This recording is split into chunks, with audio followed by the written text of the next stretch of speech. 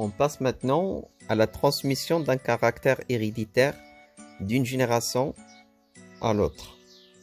Et on prend comme exemple la transmission des caractères, le groupe sanguin. Comme vous savez tous, il existe 4 groupes sanguins. Groupe A, groupe B, groupe AB et groupe O.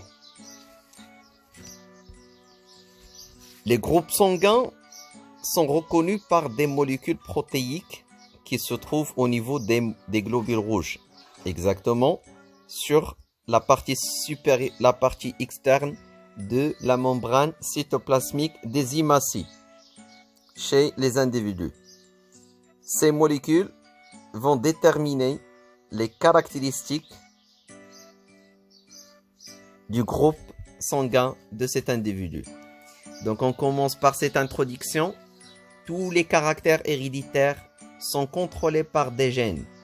Chaque gène se présente sous forme de 2 exemplaires occupant le même emplacement sur chacun des 2 chromosomes d'une paire de chromosomes homologues. On va essayer de répondre à cette question. Comment se déroule la transmission d'un caractère héréditaire? Petit 1, la relation gène-caractère.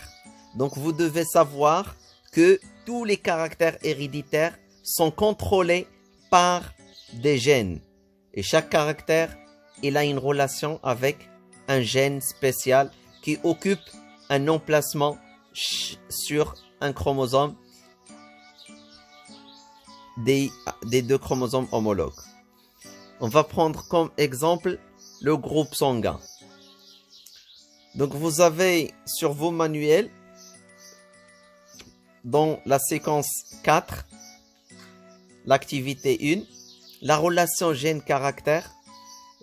Vous voyez ici, sur la partie externe de la membrane cytoplasmique des hématies, vous avez des molécules protéiques.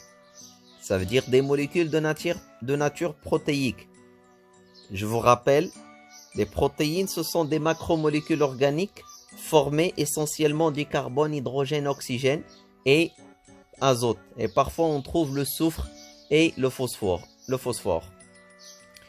Les protéines sont constituées par une succession des chaînes des acides aminés. Vous allez étudier ça par la suite dans les années prochaines, Inch'Allah. Donc, vous avez 4 groupes sanguins ici. Groupe sanguin A. Groupe sanguin A. On trouve des molécules A sont représentées ici par des triangles. Groupe B, on trouve d'autres types de molécules. Ce sont les molécules B. Groupe AB, on trouve les 2 types de molécules. Molécule B et molécule A. Et le groupe sanguin O, dépourvu de molécules protéiques sur la membrane cytoplasmique des hématies ou bien des globules rouges.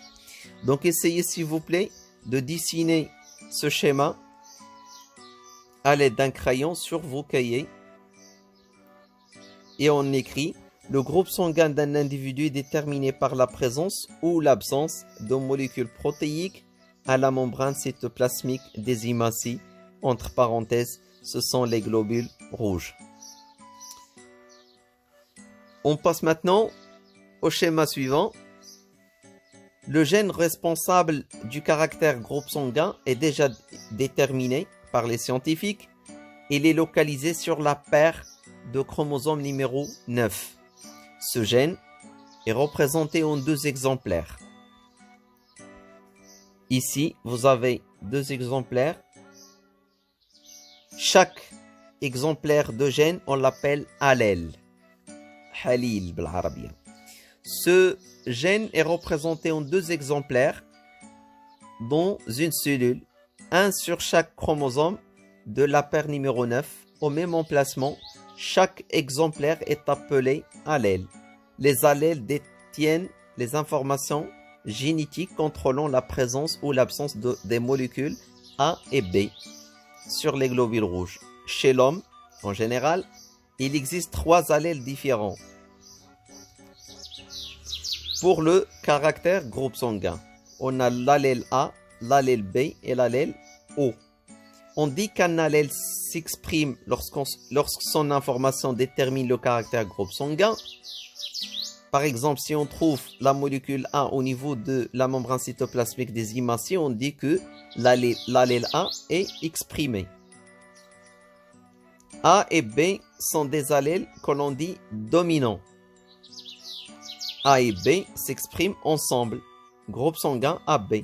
Dans le cas où on trouve les 2 types de molécules, la molécule A et la molécule B au niveau de la membrane cytoplasmique des hématies, on dit que les 2 allèles sont s'exprimer.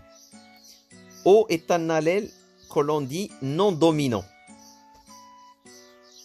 Ça veut dire récessif. Hein? Autrement dit, ça c'est le nom scientifique.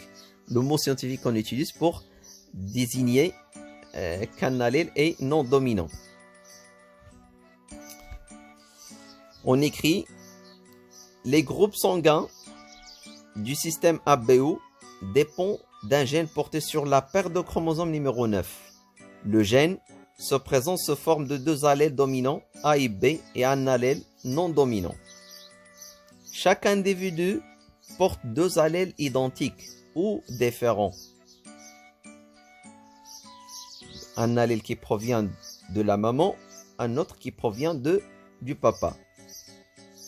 Lorsqu'un individu porte un allèle dominant et un autre non dominant, c'est l'allèle dominant qui s'exprime. L'allèle non dominant ne s'exprime que lorsque l'allèle dominant est absent.